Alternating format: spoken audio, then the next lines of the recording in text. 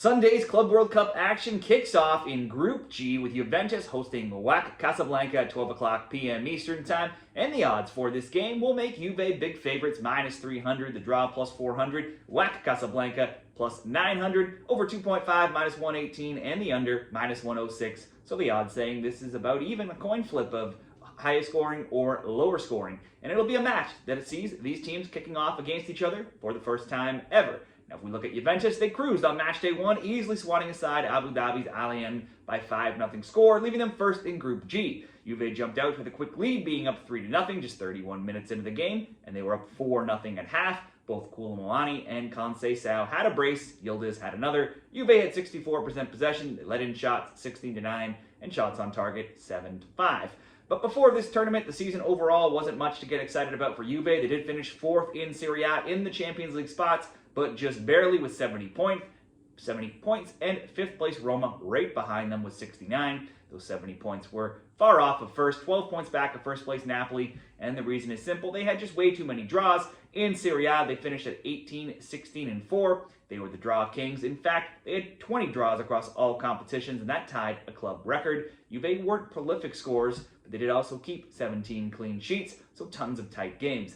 In the Champions League, they got knocked out in the league phase playoffs to PSV, and in the Coppa Italia, they were shocked in the quarterfinals by Empoli. While Juventus only lost once in their final 9 games, they also only won 5 of their last 11 as well. Dusan Vlahovic is the main man, usually up top. He scored 10, had 4 assists. He only got 20 minutes, though, versus Al Ain. In 70 minutes, Koulibaly had 3 shots, 3 on target, and 2 goals. He's had one or more shot on targets in 7 of 9. As long as he sees a good amount of playing time, I would expect that to continue against WAC Casablanca. Now, for WAC Casablanca, or Wydad, they hung around with English giants Manchester City on Matchday 1, only losing that game 2-0.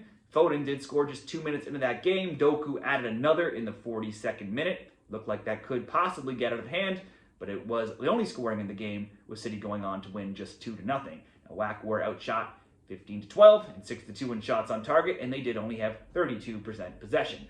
Wydad had a decent season in Morocco, but were well out of the title race. They finished 3rd out of the CAF Champions League spots that are reserved for the top 2. They were 14, 12 and 4. They scored 45, and they allowed 27, had 54 points. That was 3 back of second, 16 back of first place. So while they rarely lost, they also had way too many draws.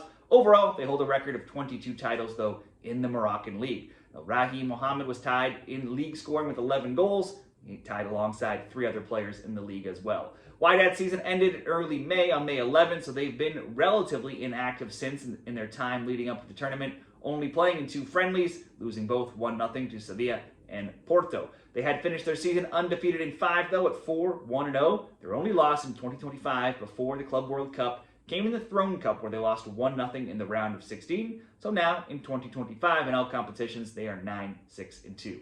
In the off-season, they welcomed former Moroccan international and Hull player Nordin Amarat to the club. But in the first game, in Matchday 1, it was Dembélé Loch who created the most versus Man City. He had 3 shots and 1 shot on target. For Juventus and WAC Casablanca predictions, despite the big Matchday 1 win, Juve is rarely a team that beats teams by heavy margins, and Wydad did manage to contain a much more potent Man City attack. So long as he starts, I would think Koulibaly can be involved in some way, likely to score, very likely to at least get a shot. And if it's not him up top, then we could focus on Vlahovic instead, if he's the man up top. For the sake of this best bet, we'll go Juventus to win, to score over 1.5 goals, and for Koulibaly to have a shot on target in a same-game parlay over at Bet365.